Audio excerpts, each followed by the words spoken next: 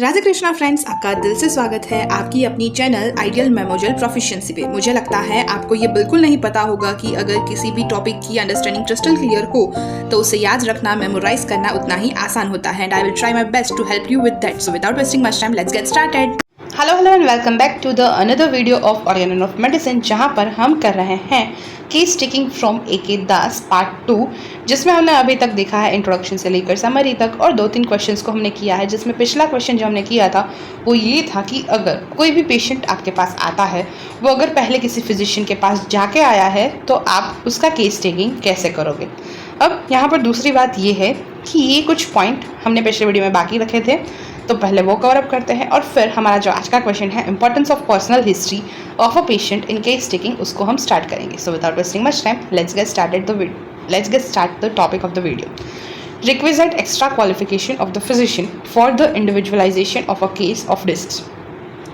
Requisite मतलब जो required है वो, एक्स्ट्रा क्वालिफिकेशंस यानी कि कुछ क्वालिफिकेशंस हमने थर्ड एफोरिज्म में देखे थे। कुछ 8 पॉइंट्स नॉलेज ऑफ डिसीज से लेकर जो भी 8 पॉइंट्स थे वो हमने वहाँ पर कवर अप किए थे। वीडियो अगर नहीं देखी है तो जाकर आप चेकआउट कर सकते हो।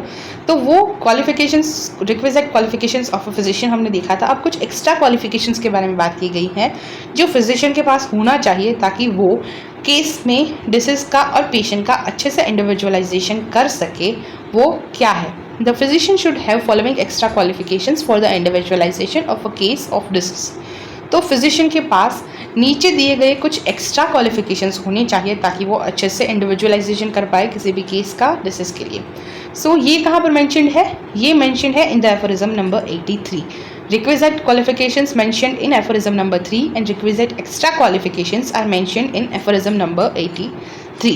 तो यहाँ पर बात की गई है टोटल 4 पॉइंट्स की। First is freedom from prejudice यानी कि अनप्रेजुडाइज्ड ऑब्जर्वर, एफोरिज्म नंबर 6। वही सेम पॉइंट है, यहाँ पर बस डिफरेंटली मेंशन किया गया है ताकि जो इंपॉर्टेंट चीज़ें हैं वो बार बार मेंशन करने से, बार बार पढ़ने से, लिखने से आपको याद रहे कि ये नहीं भूलना है। फ्रीडम फ्रॉम प्रेजुडाइज कि आपको बिल्कुल भी बायस्ड हुए बगैर केस टेकिंग करनी है ताकि आप अच्छे से इंडिविजुअलाइजेशन कर पाओ।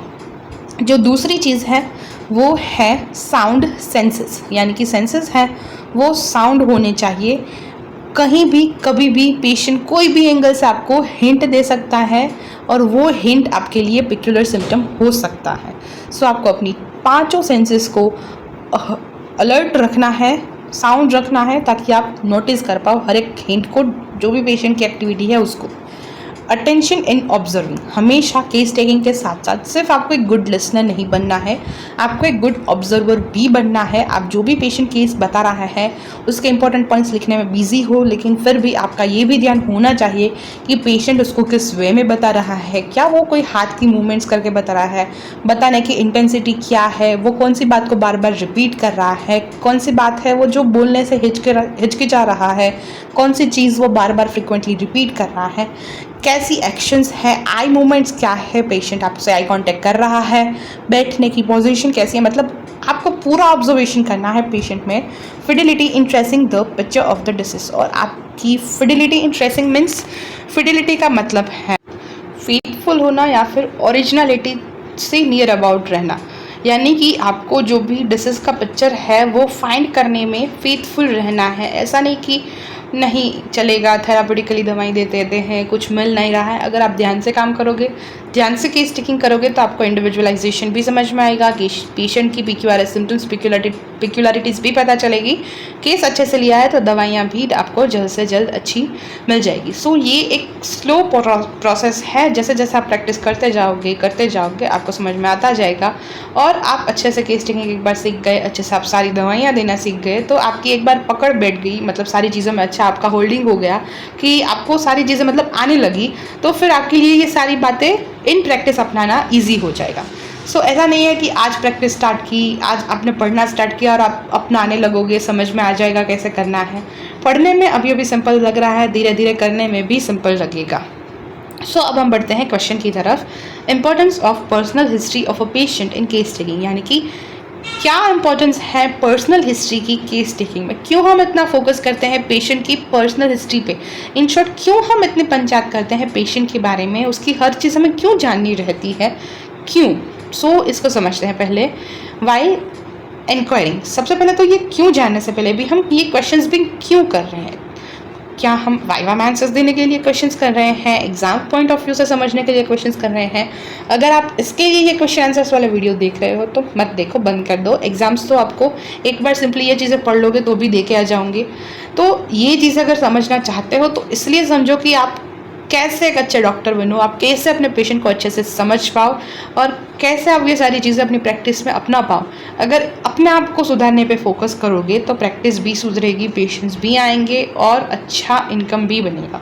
सो होम्योपैथी इज़ नॉट मतलब मजाक नहीं है, आप अच्छे से समझोगे तो सब अच्छा ही होगा। एलोपैथी से, मॉडर्न मेडिसिन की प्रैक्टिस से बहुत ज़्यादा अच्छी पैथी है हमारी। और अगर वीडियो देख रहे हो, समझने की ट्राई कर रहे हो तो well and good, it's a good thing only.